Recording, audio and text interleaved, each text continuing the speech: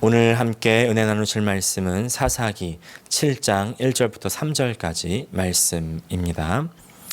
여룻바알이라 하는 기드온과 그를 따르는 모든 백성이 일찍이 일어나 하롯셈 곁에 진을 쳤고 미디안의 진영은 그들의 북쪽이요 모레산 앞 골짜기에 있었더라. 여호와께서 기드온에게 이르시되 너를 따르는 백성이 너무 많은즉 내가 그들의 손에 미디안 사람을 넘겨주지 아니하리니 이는 이스라엘이 나를 거슬러 스스로 자랑하기를 내 손이 나를 구원하였다 할까 함이니라. 이제 너는 백성의 귀에 외쳐 이르기를 누구든지 두려워 떠는 자는 길르앗 산을 떠나 돌아가라 하라 하시니 이에 돌아간 백성이 22,000명이요 남은 자가 10,000명이었더라. 아멘. 오늘 사사기 7장 1절부터 3절까지 말씀을 중심으로 하나님의 사람의 전쟁 준비 첫 번째 시간 정체성이라는 제목으로 함께 은혜를 나누기 원합니다. 세계 3대 과학 저널이라고 불리는 저널들이 있습니다.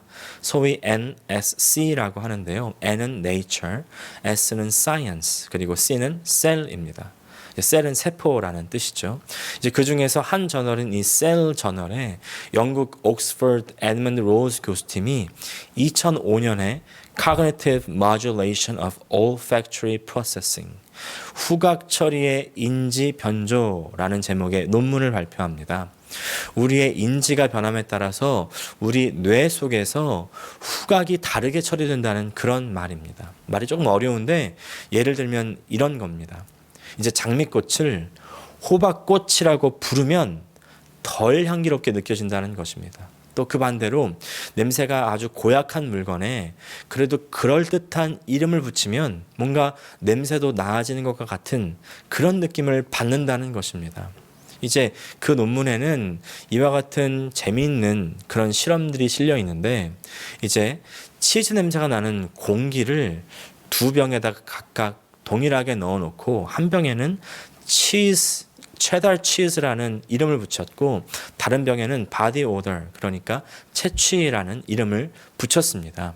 그리고 사람들에게 이 각각의 두 병의 냄새를 맡게 하고는 사람들의 두뇌 속에서 어떻게 움직임이 일어나는가를 측정하는 실험을 한 것입니다. 근데 그 결과 이제 체다 치즈의 냄새를 맡을 때 사람들의 뇌 속에 있는 냄새를 분석하는 부위가 활성화된 것이 발견이 됩니다. 근데 그 반대로 이제 채취라는 표시가 된 그 병의 공기의 냄새를 맡을 때는 비록 이것이 똑같은 이 체다 치즈의 냄새였음에도 불구하고 냄새를 분석하는 부위가 전혀 활성화가 되지 않는 것이 또 발견이 된 것입니다. 이 실험팀은 또 다른 실험을 전개했는데 이번에는 두 개의 병에다가 각각 맑은 공기를 넣어놨습니다. 이제 이름만 지난번과 똑같이 체다 치즈와 채취라고 그렇게 붙여 놓았습니다. 그리고 사람들에게 또 동일하게 냄새를 맡게 한 겁니다. 근데 이번에도 사람들은 체다 치즈라고 이름 붙인 그 맑은 공기를 맡을 때는 이제 냄새를 분석하는 뇌 속의 부위가 활성화되는데 반해서 이제 채취라고 이름을 붙인 이 맑은 공기의 냄새를 맡을 때는 냄새를 분석하는 이 뇌의 부위가 활성화가 되지 않는 것입니다. 이 사람들은 이런 의문을 가집니다. 혹시 냄새를 맡을 때 숨을 깊게 들이마시지 않았기 때문에 냄새를 맡는 부위가 활성화되지 않았는 것은 아닌가? 이런 의문 때문에 다시 각 사람들에게 이제 냄새를 깊게 들이마시게 했음에도 불구하고 깊게 들이마시는 것이 뇌의 냄새 부위 활성화에 아무런 영향을 미치지 않는다고 결론을 내리게 되는 겁니다. 그래서 이 연구팀은 이 연구를 통해서 이 대상의 이름이 후각에 영향을 미친다고 이렇게 결론을 내립니다. 우리의 뇌에서 어떻게 인식하느냐에 따라서 그 대상을 어떤 냄새를 맡도록 할 것인가가 결정이 된다는 것입니다. 에드먼드 교수팀이 과학적으로 이 사실을 증명을 했지만 사실은 우리는 우리 삶 속에서 이런 일들을 빈번하게 경험하게 됩니다. 제가 가끔 아내에게 김치 볶음밥을 해줍니다.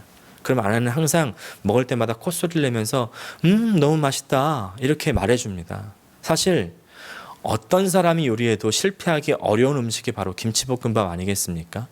누가 해도 다 비슷한 맛이지만 그런데 그렇게 맛있다고 말해주면 같이 먹는 저도 더 맛있게 느껴집니다. 왜 밥을 먹을 때 함께 먹는 사람들이 옆에서 이제 너무 맛있게 먹으면서 이 맛은 이래서 맛있고 저래서 맛있고 이렇게 아주 멋지게 표현하면서 먹으면 처음에는요 사실 아무 생각 없이 먹고 있다가도 나도 그렇게 그런 맛이 느껴지는 것 같이 그런 느낌이 들게 됩니다. 예. 아무리 좋은 것이라도요 우리가 나쁘게 부르면 나쁘게 느껴지고 또 좀 평범하고 혹시 좀 나쁜 것이라 할지라도 좋게 부르면 좋게 느껴지게 됩니다. 대상을 어떻게 부르고 어떻게 표현하느냐에 따라서 우리의 인식은 달라질 수가 있다는 것입니다. 그런 맥락에서 오늘의 본문의 말씀의 시작은 우리에게 아주 큰 인사이트를 전해줍니다. 오늘 사사기 7장 1절 말씀을 같이 다시 읽습니다. 여룻바알이라 하는 기드온과 그를 따르는 모든 백성이 일찍이 일어나 하롯셈 곁에 진을 쳤고 미디안의 진영은 그들의 북쪽이요 모레산 앞 골짜기에 있었더라. 1절의 처음 시작을 잘 보면 기드온의 이름이 달라진 것을 볼 수가 있습니다. 이제 기드온을 기드온이라고만 부르지 않고 여룻바알이라고 합니다. 여룻바알이라고 부르는 것입니다. 이 여룻바알이라는 이름이 정말 중요합니다. 여룻바알이라는 이름이 붙었던 사사기 6장 32절을 다시 한번 보겠습니다. 그날에 기드온을 여룻바알이라 불렀으니 이는 그가 바알의 제단을 파괴하였으므로 바알이 그와 더불어 다툴 것이라 함이었더라. 이제 바알의 제단을 다 파괴하고 불태운 이 기드온에게 사람들이 붙여준 별명, 지난번에는 그냥 간단하게 바알과 다투는 자라고만 설명을 드렸었는데 사실은 그 안에 조금 더 깊은 의미가 있습니다. 여룻바알이라고 하는 이름의 정확한 뜻은 바알로 기드온과 다투게 하라입니다. 바알로 말미암아 싸우게 하라 이런 뜻입니다. 자, 바알은요 번개와 폭풍을 관장하는 엄청난 힘을 가진 신입니다. 동네 사람들이 이런 바알의 제단을 부수어서 자기에게 해가 올까봐, 그러니까 이제 농사를 잘 못 지게 된다거나 혹은 이제 이 바알 신이 우리 동네를 저주하면 어떡하나 이런 걱정에 사로잡혀서 기드온을 죽이려고 하는데 그때 기드온의 아버지가 기드온을 이렇게 변호하죠.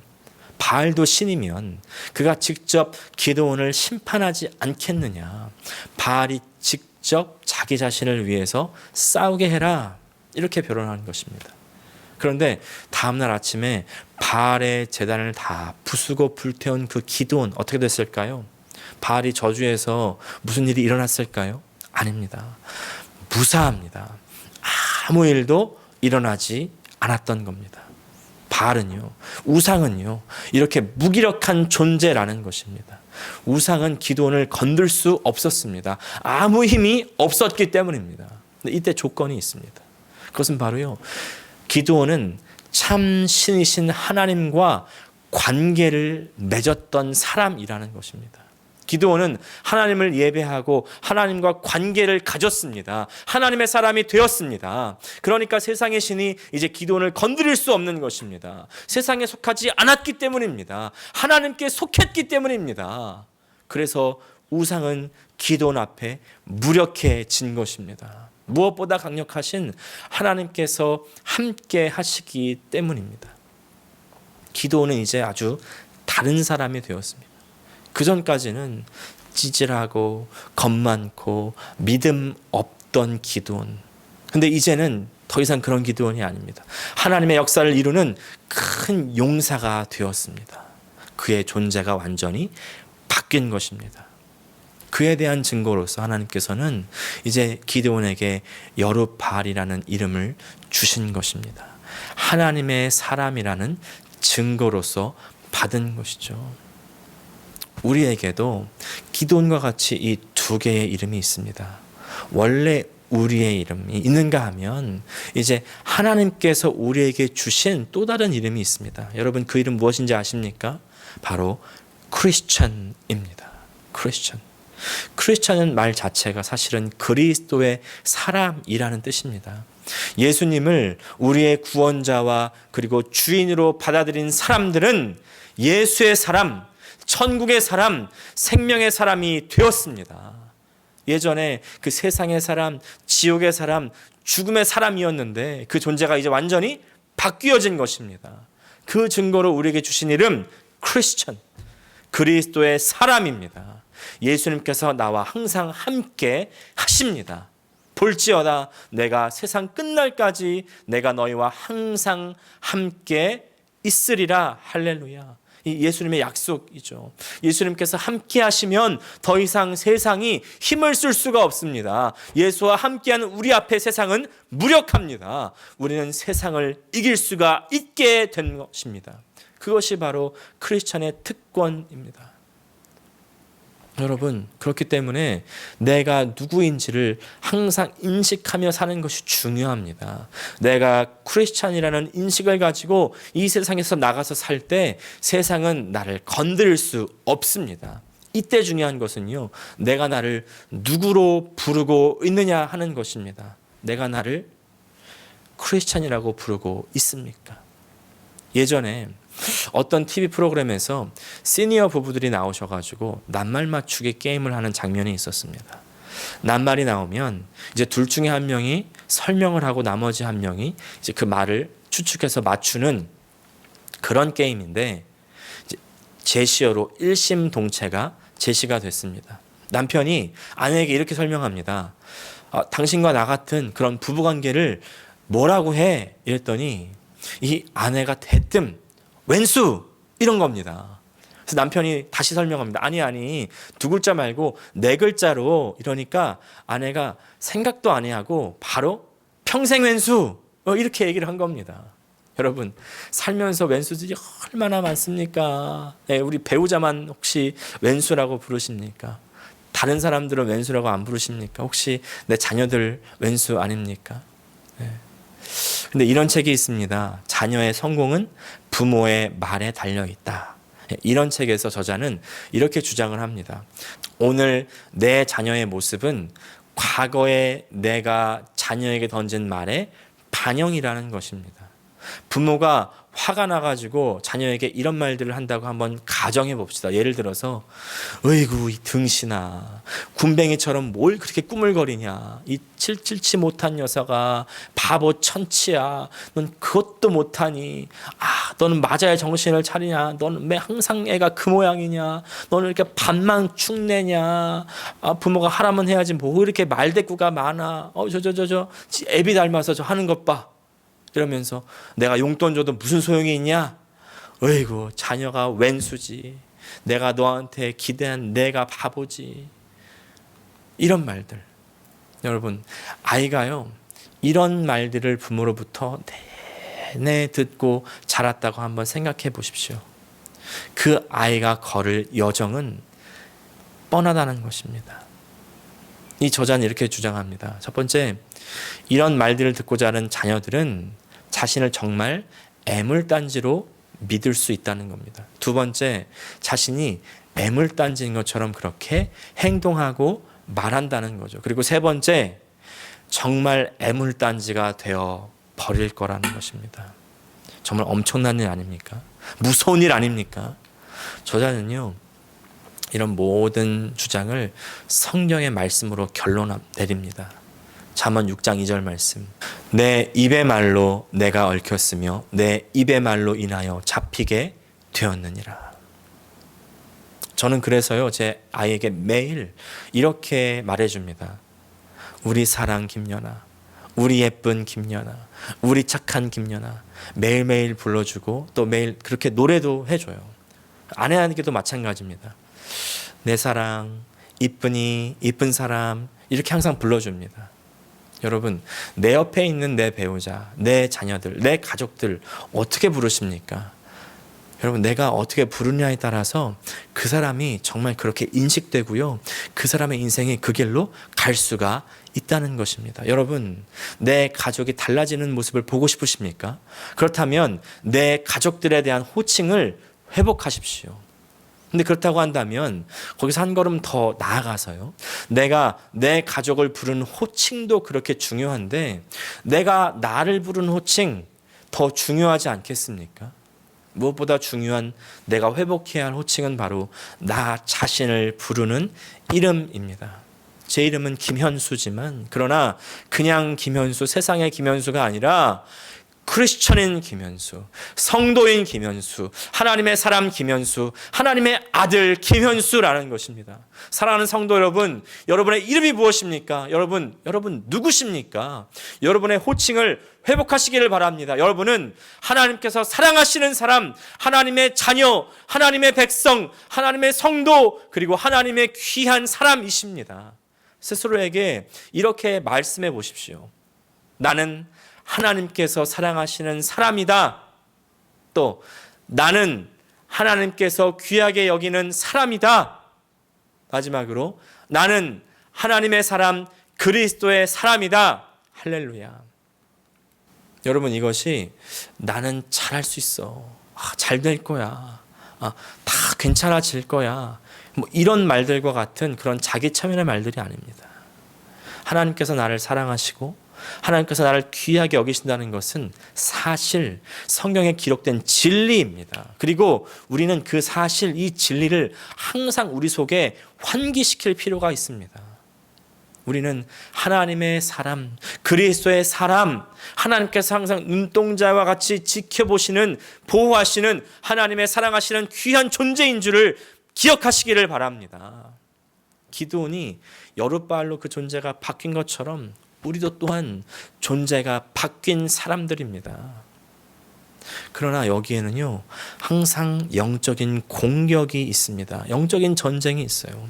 사탄은 꼭 우리의 존재를 걸고 넘어집니다. 내가 누구인지를 의심하게 만듭니다. 나는 아무것도 아닌 사람이라고 생각하게 만듭니다.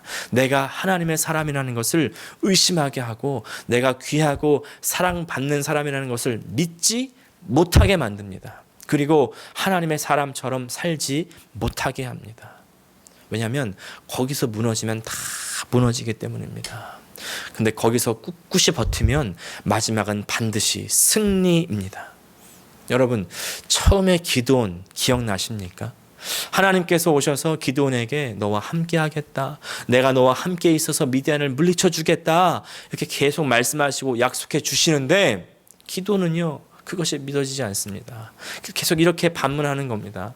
내가 무슨 힘이 있습니까? 우리 집은 가장 약한 집입니다. 나는 가장 작은 자입니다. 나는 할 수 없습니다. 그때 하나님께서는 이렇게 말씀하시죠. 너는 큰 용사다. 너는 큰 용사다. 여러분 기드온에게 말씀하시는 이 큰 용사라는 말씀을 우리 마음속에 새기시기를 바랍니다. 하나님께서 우리에게 말씀하십니다. 내가 너와 함께 하겠다. 내가 너에게 힘을 주겠다.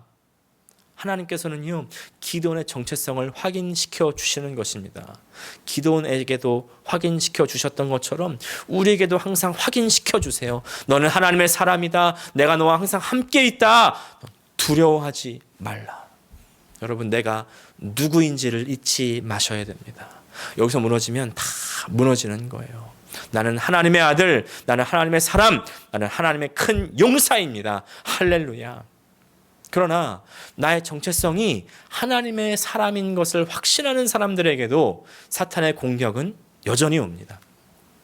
하나님의 사람인 것을 인정하는 것처럼 하지만 결국에는 하나님의 사람으로 살지 못하게 하는 거예요. 자, 예수님께서 이제 침례를 받으시고 공생애를 막 시작하시는 그런 때입니다. 공생애를 시작하시면서 이제 병든 자를 고치고 복음을 전파하고 기적을 일으키고 죽은 자를 살리고 제자를 일으키면서 세워야 되는데 근데 그 전에 사탄이 등장하는 겁니다. 왜냐하면 사탄의 입장에서는 이 하나님의 아들이라고 하는 예수가 큰 일을 벌이기 전에 미리 싹을 잘라 버려야 했기 때문이죠. 그래서 넘어뜨리기 위해서 미혹을 합니다. 성경에서는 이제 예수님께서 시험을 받으셨다 이렇게 표현했지만 사실 더 정확한 표현은 미혹, 템테이션입니다. 첫 번째 미혹은요. 배고픈 예수님 앞에서 돌로 빵으로 만들어 보라고 이야기합니다. 그런데 정확한 워딩을 한번 보십시오. 마태복음 4장 3절 말씀 세 번역으로 읽겠습니다. 내가 하나님의 아들이거든 이 돌들에게 빵이 되라고 말해보아라. 또 두 번째 미혹입니다. 예루살렘 성 꼭대기로 올라가서는 이렇게 미혹합니다. 마태복음 4장 6절 말씀, 내가 하나님의 아들이거든 여기에서 뛰어 내려보아라. 성경에 기록하기를 하나님이 너를 위하여 자기 천사들에게 명하실 것이다. 그리고 그들이 손으로 떠받쳐서 너의 발이 돌에 부딪히지 않게 할 것이다 하였다. 그리고 또 세 번째 미혹입니다. 높은 산으로 데리고 올라가서 이렇게 미혹하죠. 마태복음 4장 9절 말씀, 이번에도 세 번역으로 읽어보겠습니다. 내가 나에게 엎드려서 절을 하면 이 모든 것을 내게 주겠다. 이 세 번의 미혹의 그 중심에 무엇이 있는가 하면 네가 정말 하나님의 아들이냐는 것입니다. 근데 참 교묘합니다. 그냥 너는 하나님의 아들이 아니야 이렇게 미혹하는 것이 아닙니다. 그 미혹의 방향성을 잘 보십시오. 마귀가 미혹의 시작 단계에서는 예수님이 하나님의 아들인 것을 인정해 주는 것 같습니다. 근데 그 미혹에 빠지면 결국은 하나님의 아들이 아니게 되는 그런 방향으로 미혹하는 것입니다. 첫 번째, 돌을 빵으로 바꾸는 미혹. 하나님의 아들인데 너 왜 배고파야 돼? 너 왜 이것도 못해? 하나님의 아들이면 이 정도는 해야지. 능력이 있는데 배는 고프지 말아야지. 빵으로 대변되는 내 삶을 유지하는 데 필요한 것들 무엇이 있을까요? 없으면 죽는다고 생각되는 그런 것들, 현대사회에서는 돈이라고 이해하면 가장 쉬울 것입니다. 그것을 위해서 하나님의 아들의 능력을 사용하라고 하는 것입니다. 또 두 번째 미혹, 인정과 명예의 미혹. 하나님의 아들이면 뛰어내려도 다치지 않을 만큼의 그런 능력이 있잖아. 그렇게 뛰어내리면 모든 사람들이 너를 하나님의 아들로 인정할 거야. 자신의 명예를 위해서 또 자신을 높이기 위해서 능력을 사용하라고 부추기는 것입니다. 또 세 번째 미혹, 나에게 절하면 모든 것을 주겠다는 것입니다. 하나님의 아들이 이 정도는 가져야지. 근데 가지려면 나에게 절해. 절만 해. 그럼 내가 줄 수 있어.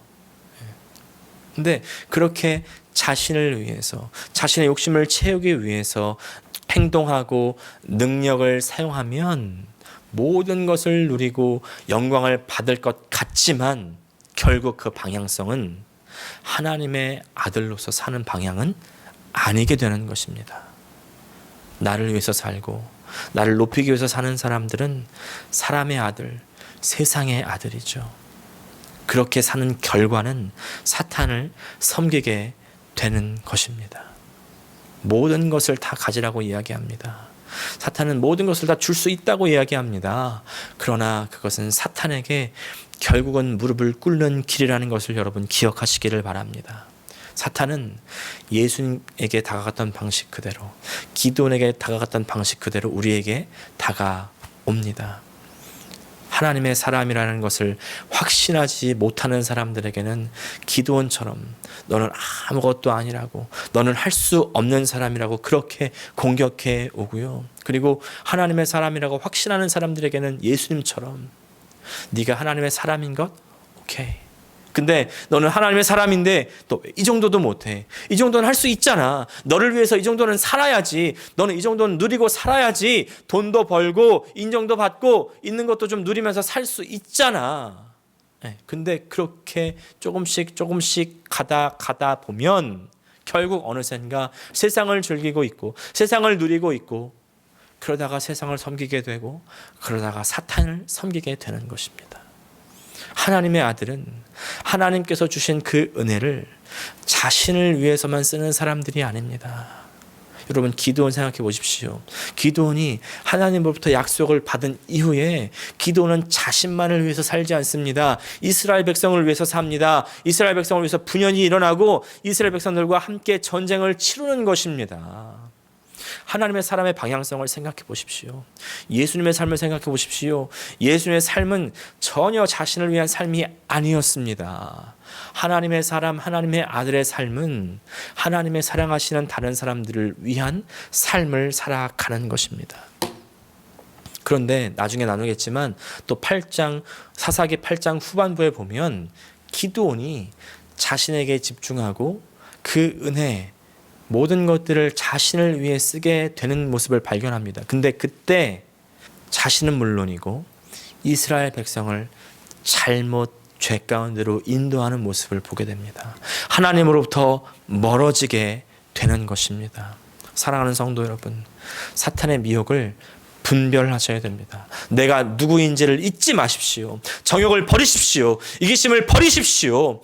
예수님께서 그러하셨듯이 하나님의 말씀으로 분별해내야 됩니다. 하나님의 말씀을 받아들이셔야 됩니다. 기도원이 하나님 말씀 듣고 확신했던 것처럼 여러분 그 하나님의 말씀을 가지고 확신함으로 말미암아 단호하게 사탄의 미혹을 거절하셔야 됩니다. 오늘 말씀을 마무리합니다. 하나님께서는 우리를 신약의 여룻바알로 부르십니다. 바로 크리스천입니다. 그리스도의 사람, 하나님의 사람입니다. 기도원을 여룻바알이라고 불렀던 것처럼 우리 자신도 우리의 크리스천이라는 이름, 이 하나님의 사람이라는 이름을 잊지 말아야 됩니다. 항상 부르고 기억하셔야 됩니다. 하지만 하나님의 사람들에게 반드시 사탄의 공격, 미혹은 찾아옵니다. 이 미혹은 우리가 누구인가에 관련된 것입니다. 정말 하나님의 사람이 맞는지를 확인해 들어오는 것입니다. 너 정말 하나님 사람 맞아? 너 정말 하나님의 아들, 하나님의 딸 맞아?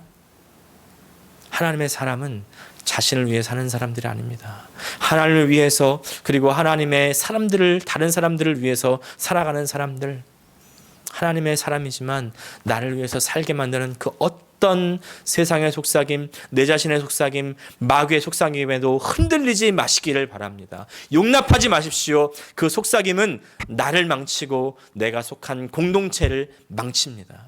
하나님 말씀으로 분별해서 끊어내시고 하나님의 사람으로서 온전히 서서 하나님께서 싸우시는 그 전쟁에 동참하시고 승리하시는 저 여러분 되시기를 간절히 축복합니다. 기도하겠습니다. 하나님 우리 아버지 감사합니다. 오늘 내가 누구인지를 다시 한번 확인하게 하심을 감사합니다. 나는 나 자신을 위해서 사는 세상의 사람, 마귀의 사람이 아니라 바로 하나님을 위해서 사는 하나님의 사람입니다. 하나님께서 나를 사랑하셔서 자신의 아들, 독생자 아들이라도 아끼지 아니하시고 십자가에 피 흘려 돌아가심으로 말미암아 나를 구원하셔서 그 피값으로 이제 나를 사셔서 하나님의 사람 되게 만드셨는데, 주님, 내가 하나님의 사람, 크리스찬이라는 것을 잊지 않게 하여 주시고 크리스찬으로서의 삶을 살아가는, 하나님의 사람으로서의 하나님께 영광을 올리는 삶을 살아가는 우리 모두가 될 수 있도록 주님 도와 주시옵소서. 마귀의 시험, 마귀의 미혹이 온다 할지라도 다 끊어내며 단호하게 거절할 수 있게 하여 주시고 영적인 전쟁에서 승리하는 우리 모든 주의 백성 다 되게 하여 주시옵소서. 예수님의 이름으로 기도합니다. 아멘.